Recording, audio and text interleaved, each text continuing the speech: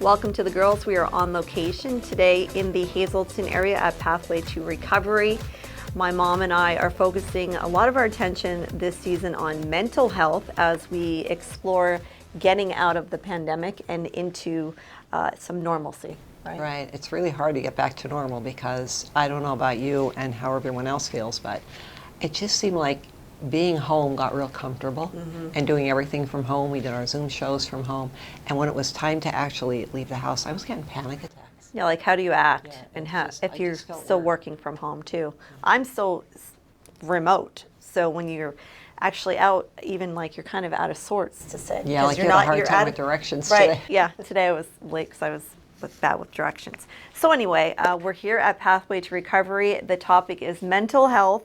I am pleased to be here with Christy Scheib and Marissa Laudeman, and I appreciate you guys taking the time to talk with us. I think it's a topic my mom and I feel that isn't really explored a lot, talked about, and people don't know where to go to seek help for mental health, especially after we're still in the pandemic, but I like to think we're at the like the last end of the pandemic. So thanks for having us here. Pathway to Recovery, what's it all about, and what kind of services do you offer for mental health? So Pathway to Recovery is a mental health and a drug and alcohol facility. So right now we provide outpatient services for mental health. We also are providing a group for our mental health clients as well.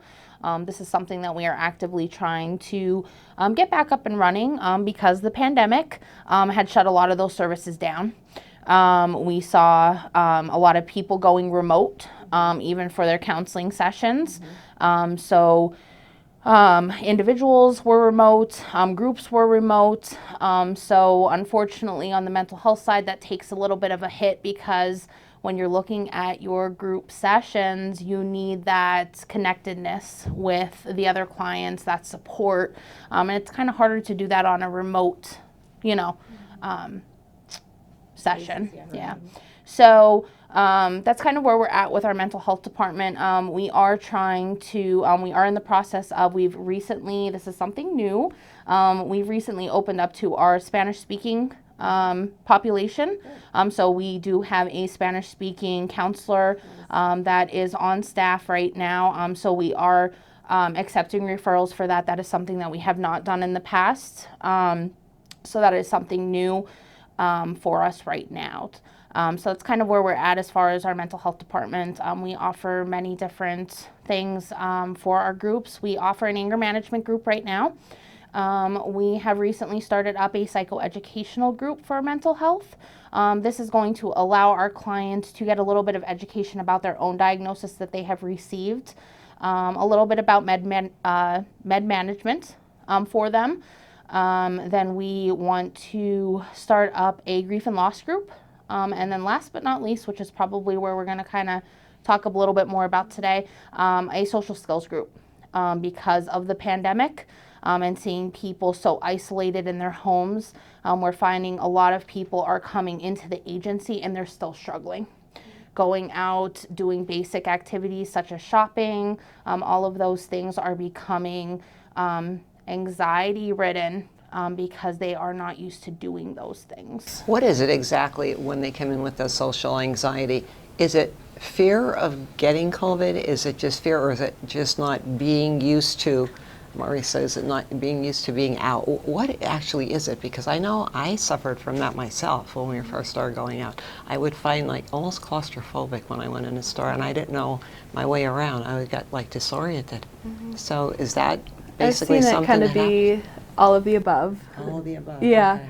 A lot of people have struggled with just kind of that initial, because of being so comfortable at home, how do I start getting back out there? How do I start getting used to things while still kind of trying to be safe? And in the back of all of our minds, everyone's still fearful of getting COVID, being sick, what could happen.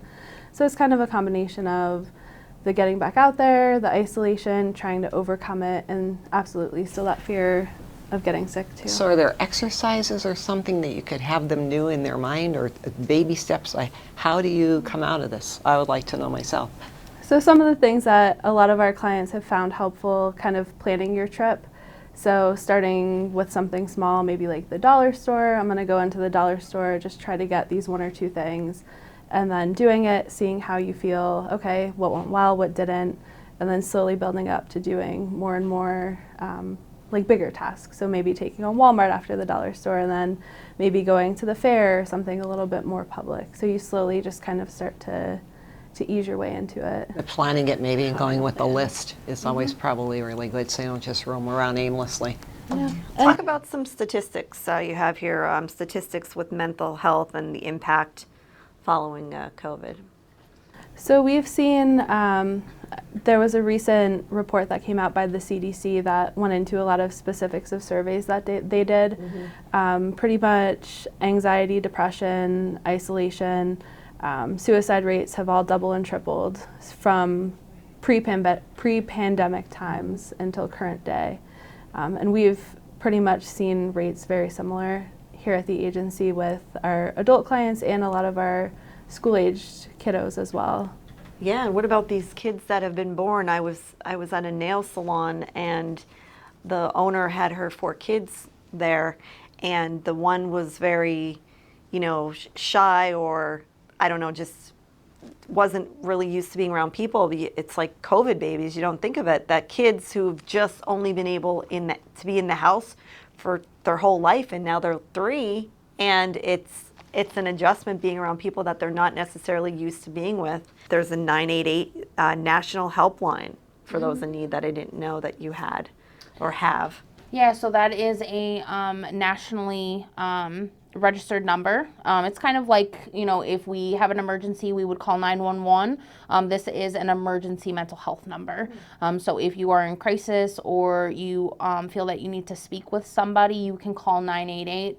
And there are trained specialists on the other end that will connect you with local services of where you can go to get help immediately.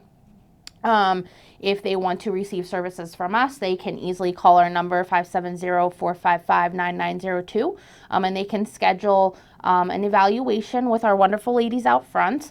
They will just take down some basic information so that you're placed in the correct treatment level. And yeah, you'll meet with one of us, and we kind of go about and see what the best treatment would be for you. Do you get a lot of referrals from schools or from doctors' offices? Where do you get a lot of referrals with people? So, of course, because school has started, we are seeing an influx in the school referrals right now.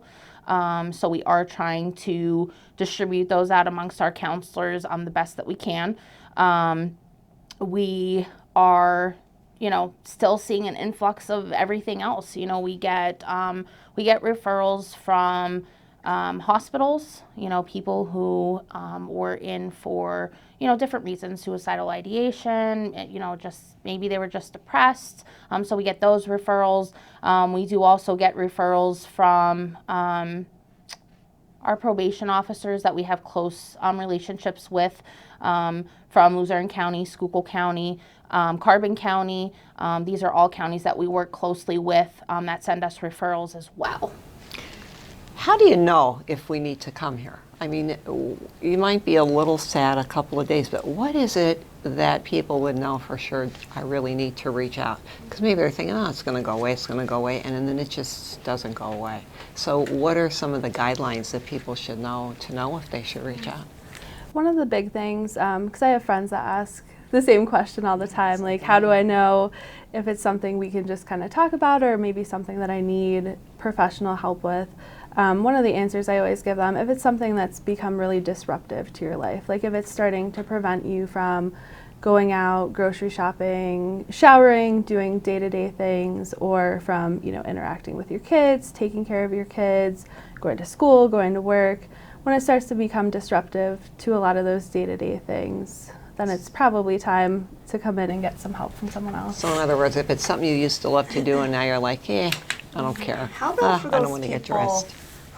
yeah, that's a good point. How about for those people who are still working from home and might be working from home remote? I mean, it's now common in the workplace. People are selling their buildings, they're working from home, big companies or even smaller companies. What is some advice from someone who is working remote as far as trying to keep their oomph, and what kind of advice can we offer people to keep them not depressed, keep them social, keep them moving, keep them grooving?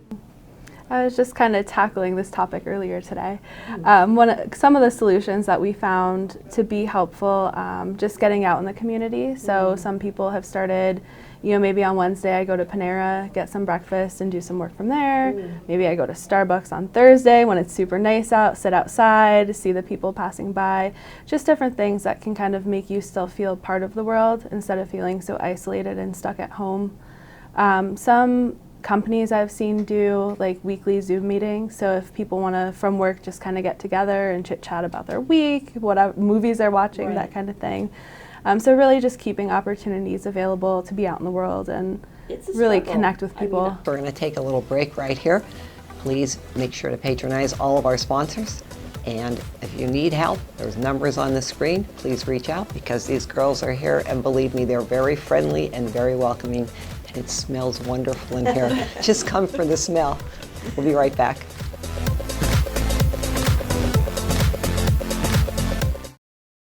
Mental health, that's the topic on the Girls Show today, and we have several shows this season where we're talking about mental health specifically with different illnesses that people are coping with since COVID.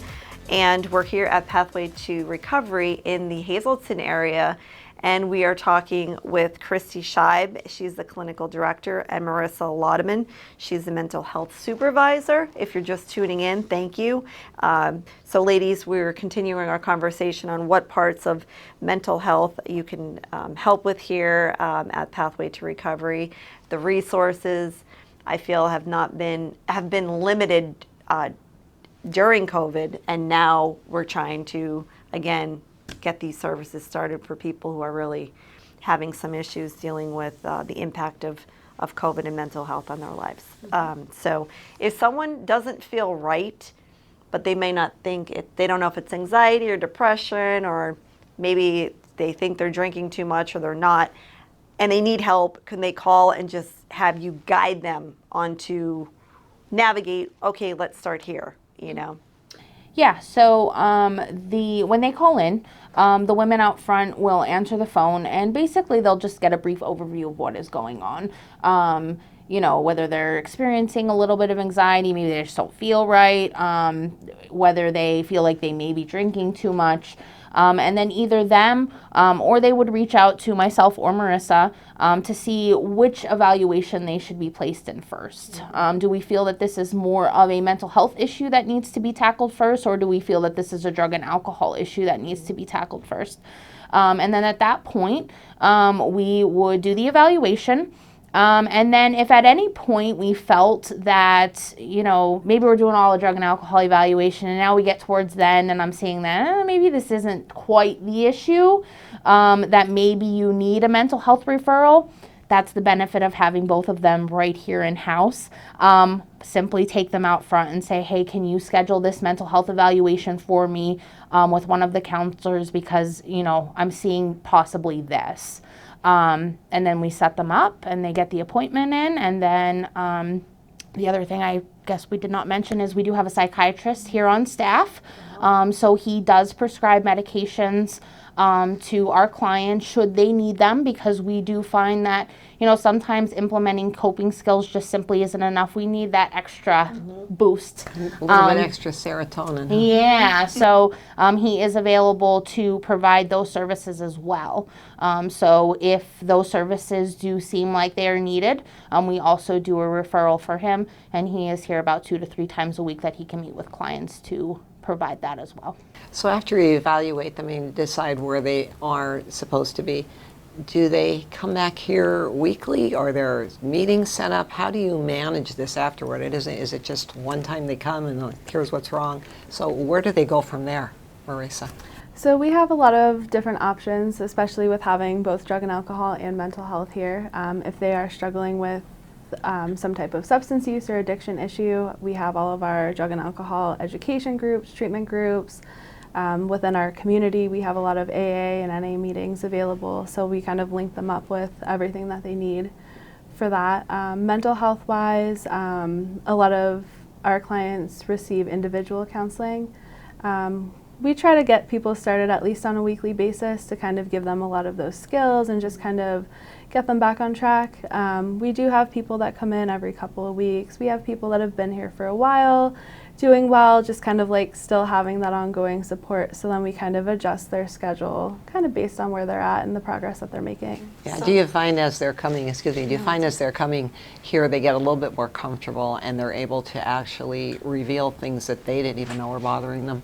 Mm-hmm. Yeah. Absolutely. Comes to the surface. Layers. Yeah. Layers. It's always like peeling back an onion. Yep. And this, we're focusing on, after, COVID, it doesn't necessarily have to stem from that. You could have, a problem that doesn't stem from anything to do with COVID. It's any mental health. What have you seen recently the most of? Is it anxiety and depression? Is it suicidal thoughts? Is it drug and alcohol abuse? So I think we've seen a lot of, I'm pretty sure, a mix of things.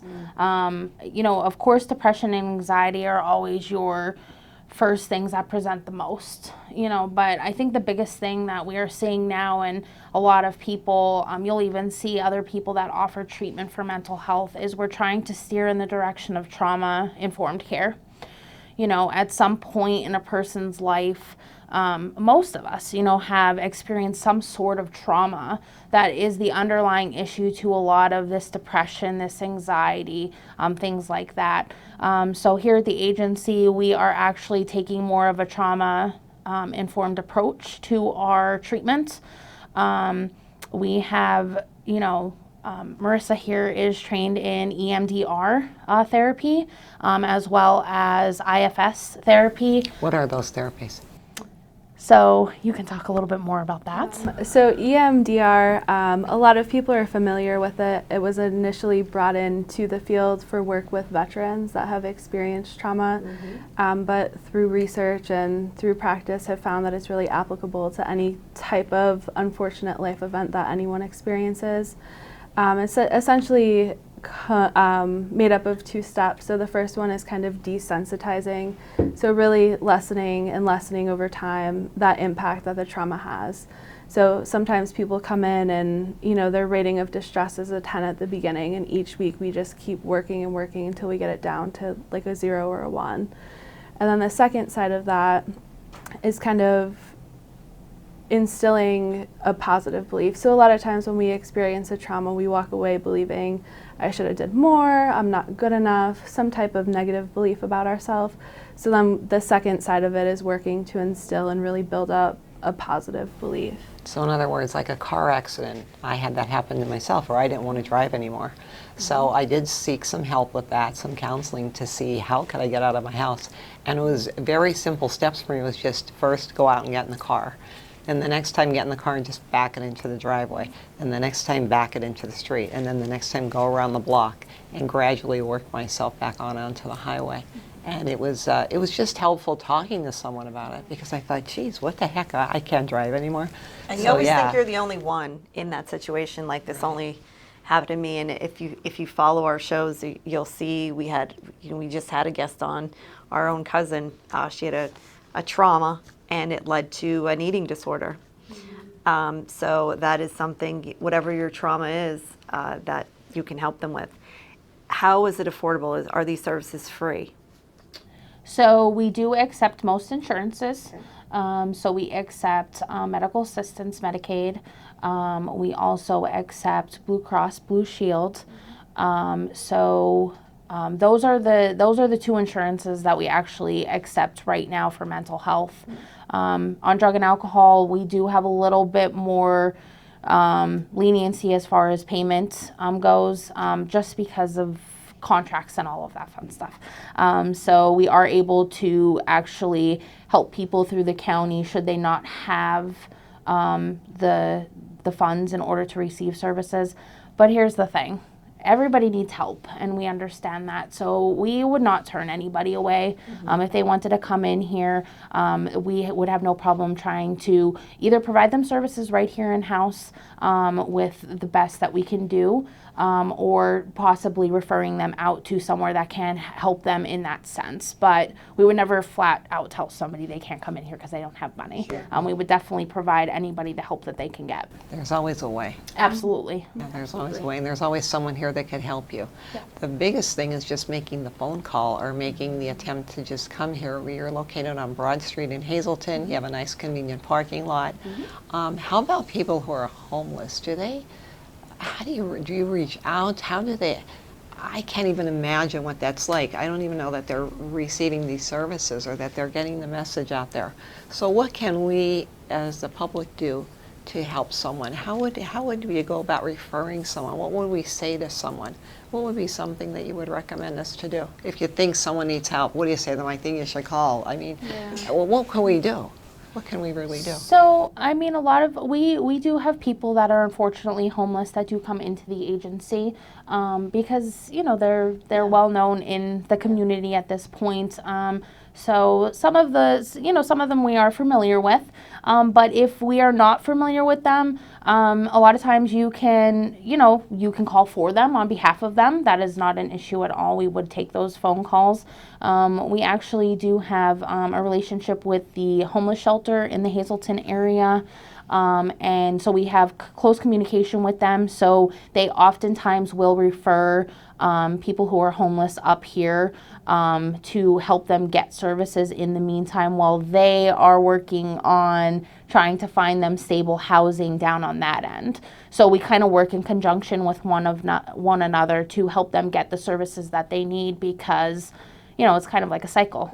You know, the mental health is driving the homelessness and the homelessness is driving the mental health. So it's just kind of this cycle we got to try and help them get out of. When someone has a mental health problem of any type, it affects the entire family. So do you offer extended care to the families as well? Do you have like group counseling or family counseling to help that person? So it is something that we can offer. Like if we say we're working with, you know, an adolescent and there's been a loss in the family and it's kind of impacting everyone, we can pull them in for a couple of sessions and kind of work with everyone. We don't take clients just for family therapy, but if they're a client that's here and that's one of the goals that they want to work on, we certainly will help them with addressing it. And if it is someone that's looking specifically for family therapy, we do have a whole list of, you know, other people that are experts in that area too that we can refer them to. Because I know it takes down everyone. Yeah. When someone in the family is sick, you have to know what to say to them. There are some do's and don'ts. You can't just say like snap out of it. Right. It's one of the worst things to say. So thank you guys for having us. Are there anything in closing as far as anyone who needs any mental health help? There you have the National Helpline. You can call 988. You can call here directly to Pathway to Recovery. Is there anything in closing that you'd like to offer that we didn't touch on today? The only other resource that I'd probably put out there is we do have a 211 number that links that links people to a lot of resources, especially if they're experiencing not only mental health issues but also homelessness, issues with receiving food, things like that. So 211 is another number, as well as 988, and then of course our number as well. So keep watching the girls, all new season here on SSP TV. We'll see you next time.